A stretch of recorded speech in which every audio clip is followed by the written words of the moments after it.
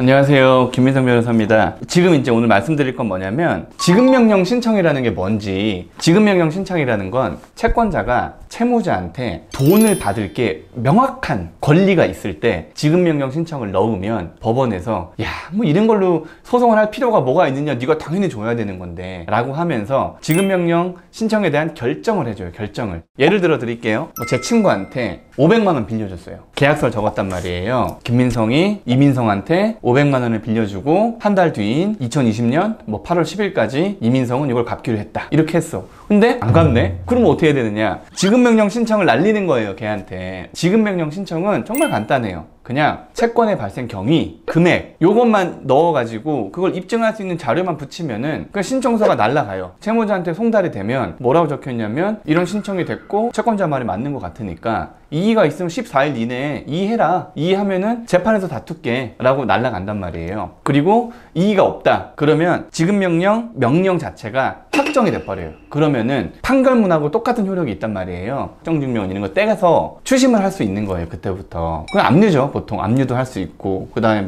경매도 넘길 수 있고 이런 것들 할 수 있는 거예요. 다만 법원에 일방적으로 신청을 하는 거잖아요. 그렇기 때문에 채무자의 어떤 의사를 물어보질 않아요. 송달이 안 되면 효과가 없어요. 채무자가 어디 사는지 이런 걸 모르면 송달이 안 될 거잖아요. 뭘 보내도 얘가 받질 않으니까 채무자가. 그럼 소송으로 넘어가야 되는 거예요. 그래서 채무자들이 지급명령 신청서가 날라왔다. 그리고 거기 밑에다가 14일 내에 이의신청하라고 했다 라고 우리가 굳이 뭘 해야 되는 게 아니에요. 우리는 이 채권 인정하기 때문에. 그러니까 지급명령 신청서 날라왔다고 막 너무 겁먹지 마시고 내가 이거 안 하면은 깜빵에 가는 거 아닌가. 전혀 그런 거 아니에요. 민사는 깜빵에 가지 않아요. 형사가 깜빵에 가는 거지. 그러니까 지급명령 신청서가 날라왔다고 해도 너무 겁먹지 마세요. 그러면 가압류 가처분은 뭐냐?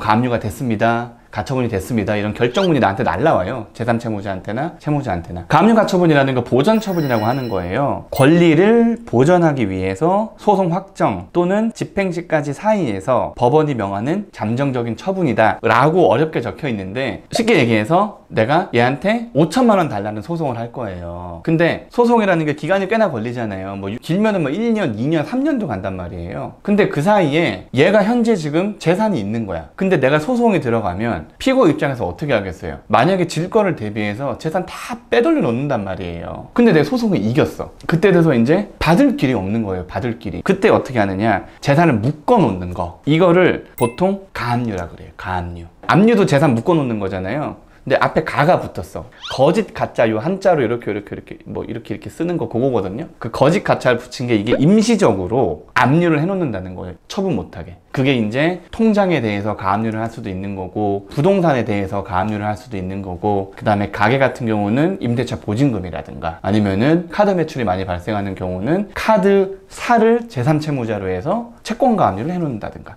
이런 것들이 있단 말이에요. 요게 가압류예요. 가압류. 돈을 미리 묶어 놓는 거. 회생해서 우리 채무자 입장에서 볼게요. 내 통장에 가압류가 들어왔어. 아니면 내 집에 가압류가 들어왔어. 그러면 어떻게 하느냐? 가압류 금액만큼은 이 통장에 있는 돈을 못 쓰는 거예요. 그리고 가압류 금액만큼은 내가 이 집을 팔아도 그 돈을 내가 못 가져가는 거예요. 얘한테 줘야 되는 거야. 부동산 가압류 같은 경우는 크게 그렇게 걱정하실 필요가 없습니다. 그 통장 가압류 같은 경우는 엄청 괴롭겠죠. 회생 절차가 진행됨으로써 중지명령, 금지명령을 받으면 가압류 효력 자체가 상실되지는 않지만 일단 회생 절차가 들어가고 나서는 이 가압류가 걸려있거나 이런 것들에 대해서 크게 걱정은 안 하셔도 돼요. 다만 통장 같은 경우에 가압류가 돼 있는데 중지금지 명령이 났다고 해서 통장 가압류가 없어지는 건 아니거든요. 새롭게 가압류를 못하고 이미 집행한 가압류에서 압류 전이하거나 이런 걸 못한다 뿐이지 가압류가 없어지진 않기 때문에 통장 가압류가 된 사람이 회생 절차에 들어가면은 불편한 거는 똑같아요. 내가 돈을 뺄 수는 없어요. 가처분은 뭐냐면 돈 말고 다른 것들을 임시적으로 묶어 놓는 거예요. 처분금지 가처분 이런 거 있잖아요. 그게 뭐냐면 어떤 부동산이 있어. 이 부동산에 대해서 누가 주인인지에 대해서 싸우고 있는 거예요, 지금. 어쨌든 간에 지금 등기상 소유자가 이걸 팔아버리면 나중에 내가 소송을 걸어가지고 등기가 안 되어 있는 내가 소유자라는 확정 판결이 났을 때 내 걸로 가져와야 되는데 팔아버린 거야, 얘가. 그러면 소송에 실익이 없잖아요. 물론 얘한테 손해배상 청구를 할 수 있겠지만 팔지 못하게 임시적으로 묶어 놓는 거예요. 그게 뭐냐? 처분금지 가처분. 이런 거예요.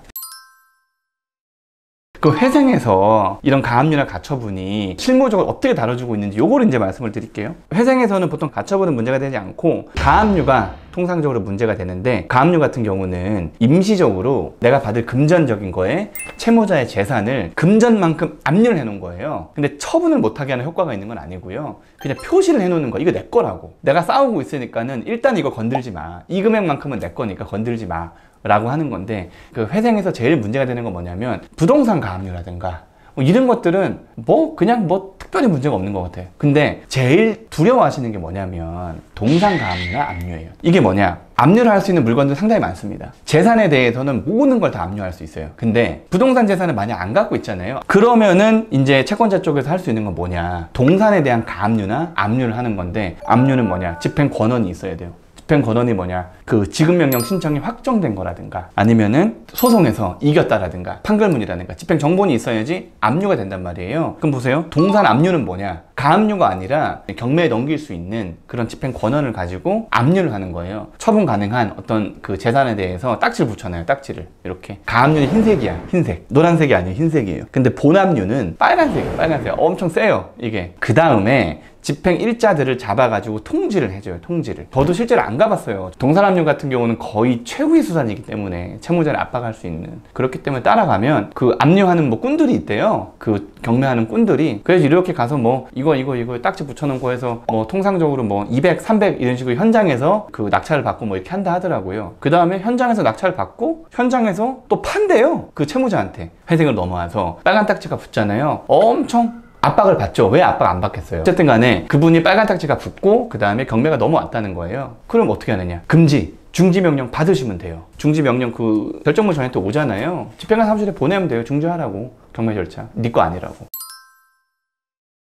그렇습니다. 마지막으로 정리해 드릴게요. 지급명령 신청은 뭐냐? 채권자가 채무자한테 나는 너한테 받을 돈이 확실하니까 빨리 줘. 소송 없이. 요게 지급명령 신청서가 날라오는 거예요. 그 다음에 가압류 가처분이 뭐냐? 본안 소송 들어가기 전에 원고, 그러니까 채권자 입장에서 채무자, 피고의 재산을 묶어 놓고 싶을 때 하는 그냥 어떤 법적 절차다라고 생각하시면 그냥 간단하고요. 그 다음에 압류가 됐다. 이게 뭐냐면 집행 권한이 있는 거예요. 아까 말씀드린 그 지급명령 신청의 확정 그 결정문 이런 거라든가, 아니면은 소장의 확정 판결문이라든가 이런 걸 가지고 압류를 했을 때 이거를 추심하는 단계. 오늘 가압류 가처분, 지급명령, 소장, 그 다음에 동산압류 이런 거에 대해서 간단히 소개를 해드렸고요. 추가적으로 궁금한 점이 있으시면은 언제든지 이 댓글에 달아주시면 제가 친절히 답변해 드리도록 하겠습니다. 감사합니다.